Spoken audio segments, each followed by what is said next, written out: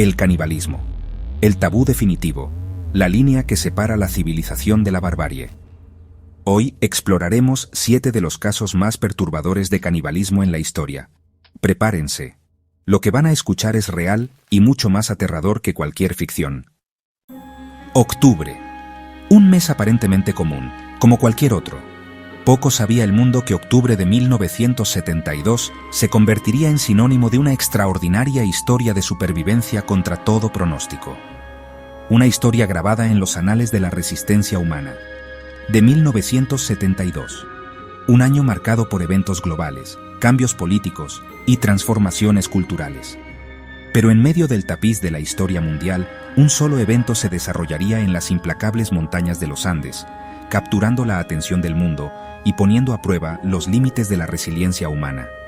El vuelo 571 de la Fuerza Aérea Uruguaya, fletado para transportar a un equipo de jóvenes jugadores de rugby, sus familias y amigos, se embarcó en lo que estaba destinado a ser un viaje alegre.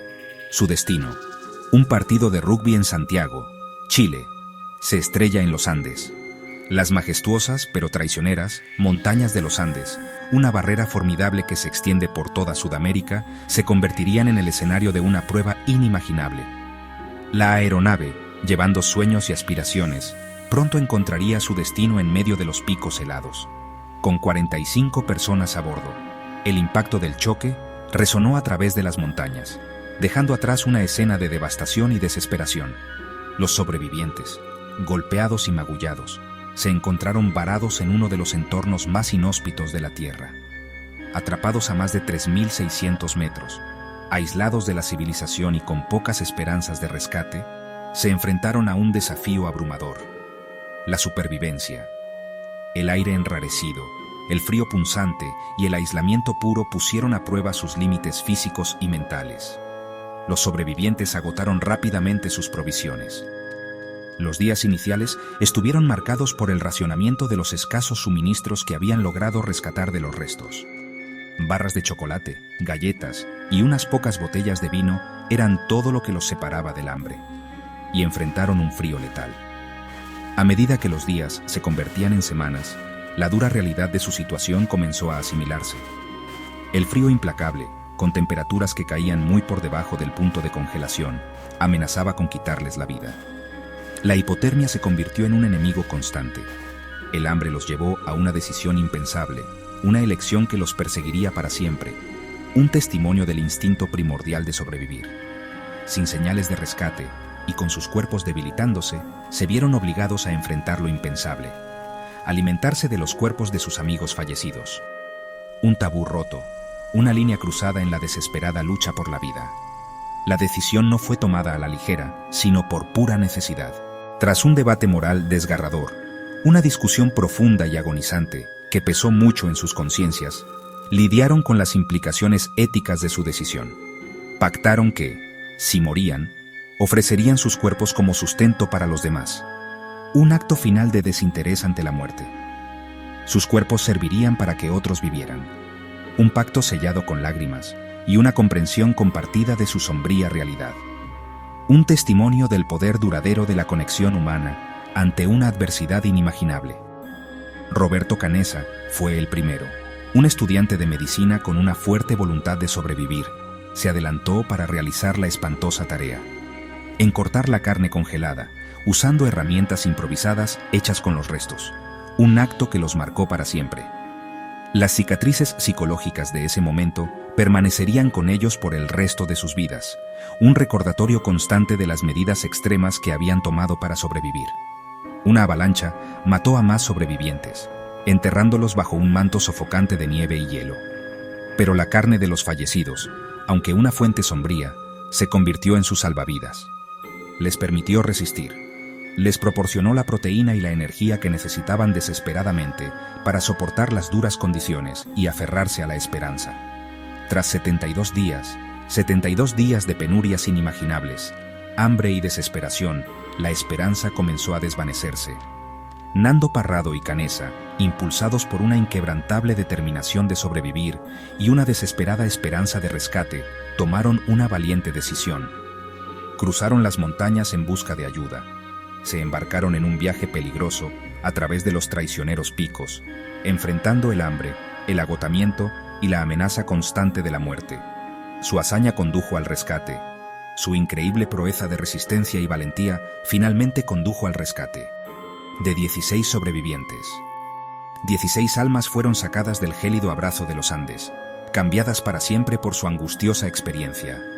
El milagro de los Andes, como se le conoció, un testimonio del extraordinario poder del espíritu humano para superar incluso las probabilidades más imposibles.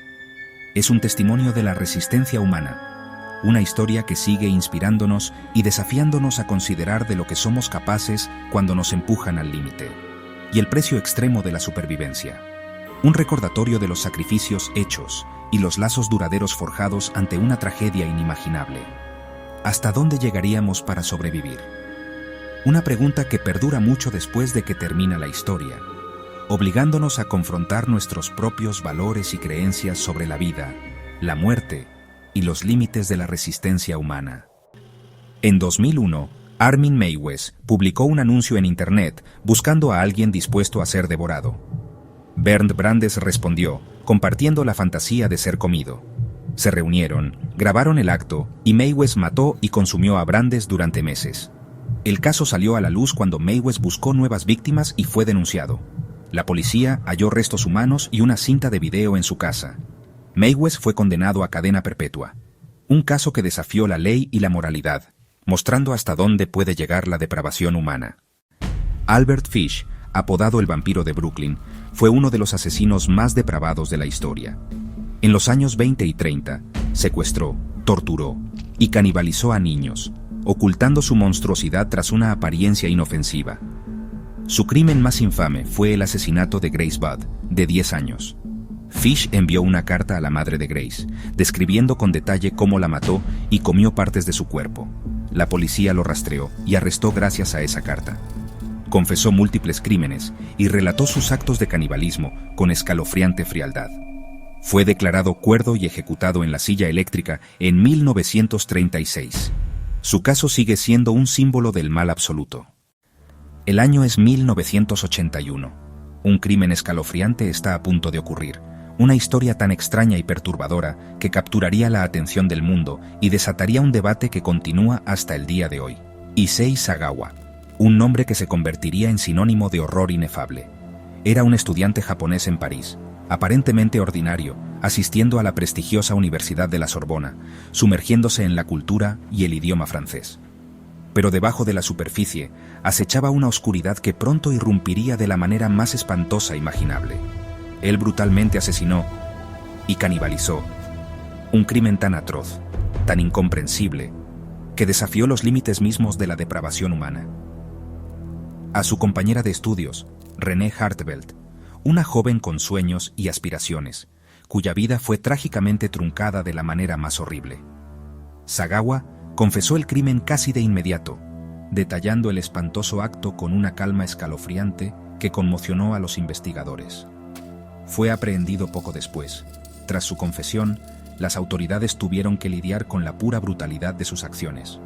Pero, en un giro sorprendente de los acontecimientos, fue declarado legalmente demente en Francia, considerado no apto para ser juzgado por su monstruoso crimen. En consecuencia, fue enviado a un hospital psiquiátrico, un lugar donde se esperaba que pudiera recibir el tratamiento que necesitaba desesperadamente. Luego fue deportado de regreso a Japón. Allí, después de una evaluación adicional, fue asombrosamente considerado cuerdo por las autoridades japonesas, y posteriormente liberado de nuevo en la sociedad.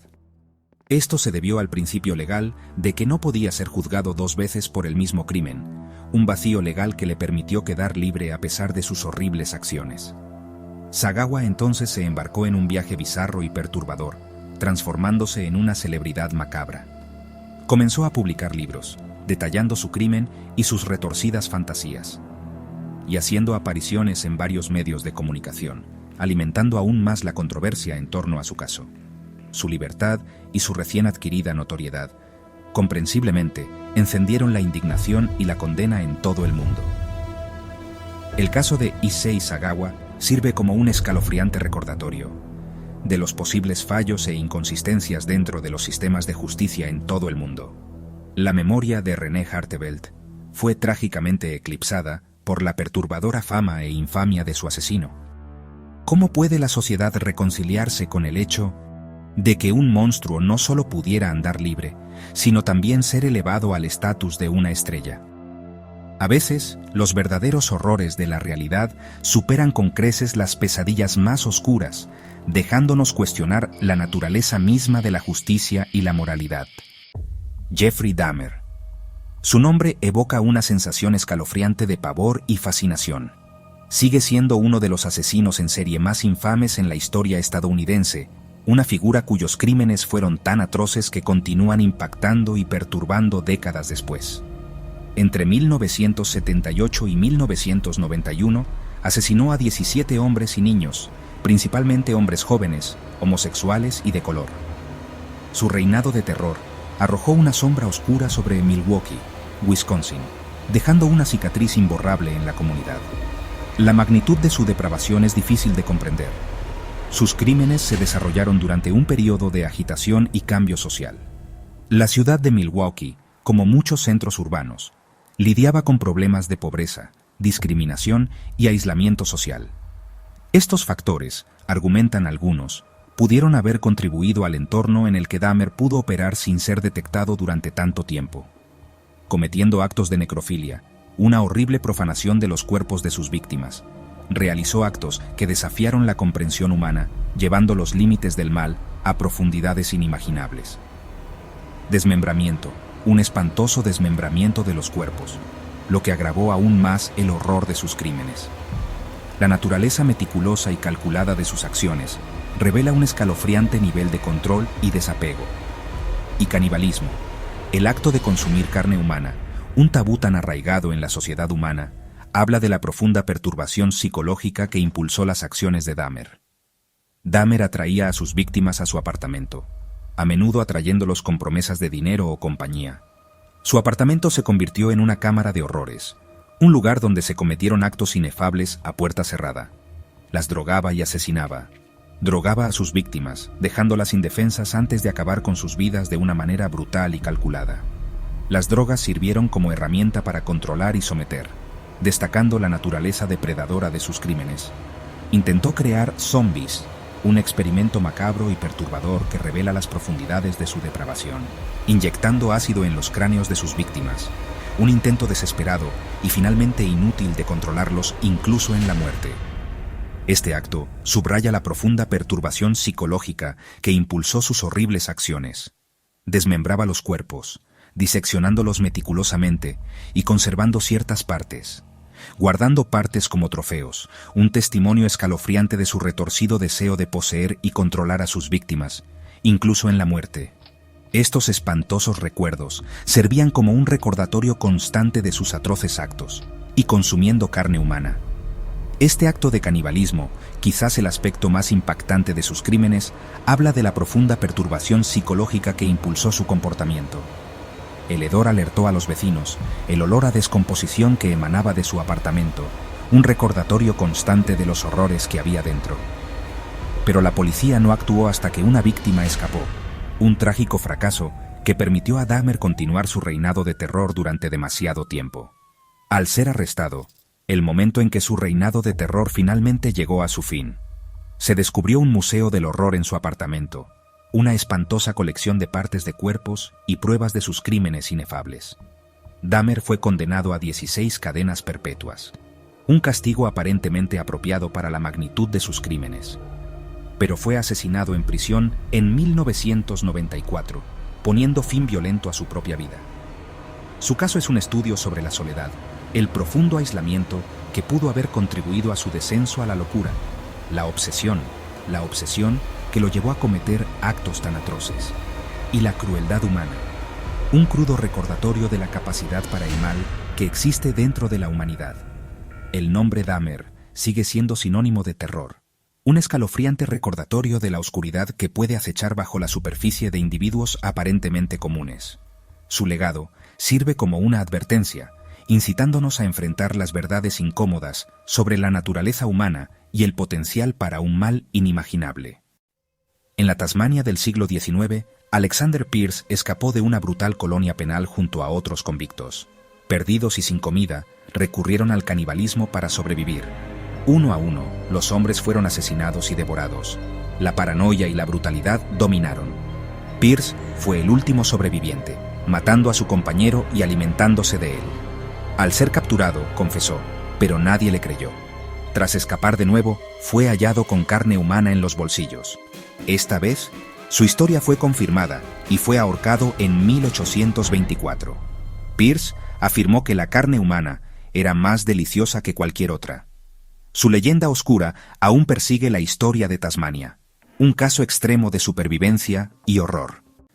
En 1846, la expedición Donner quedó atrapada en Sierra Nevada por una nevada temprana.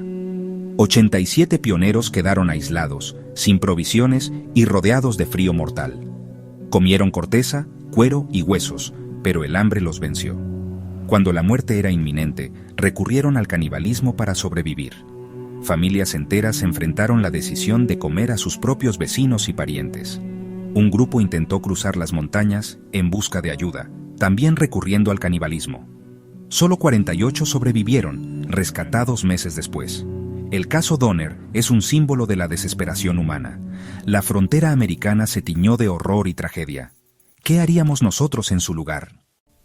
Así termina nuestro descenso a uno de los abismos más oscuros de la humanidad. Estos casos reales nos obligan a cuestionar los límites de la moral y la supervivencia. ¿Qué haríamos en situaciones extremas? ¿Dónde está nuestra línea? Dejen sus opiniones en los comentarios y suscríbanse para más historias inquietantes. Hasta la próxima.